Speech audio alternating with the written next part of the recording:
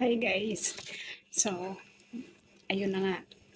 Kanina, mga 1 p.m. or 12 noon, biglang nakatanggap lahat ng may cellphone dito sa Saudi ay nakatanggap ng ganitong alert. At dahil doon, may mga natawa ako sa mga nakikita ko sa post.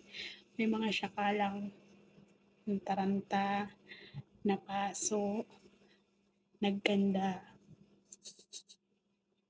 dapa-dapa, nagganda sugat-sugatan, nagganda hiwa ang daliri dahil sa alert na yan. Kasi dalawang beses siya nag-notify. Dalawang beses siya, kahit kami dito nagulat kasi kumakain kami. Fasting yung matanda, tapos nagsiselfone siya, biglang nag-alert. So, nagkagulatan, nagkatarantahan. So, kape pa more. Para saan nga ba yun?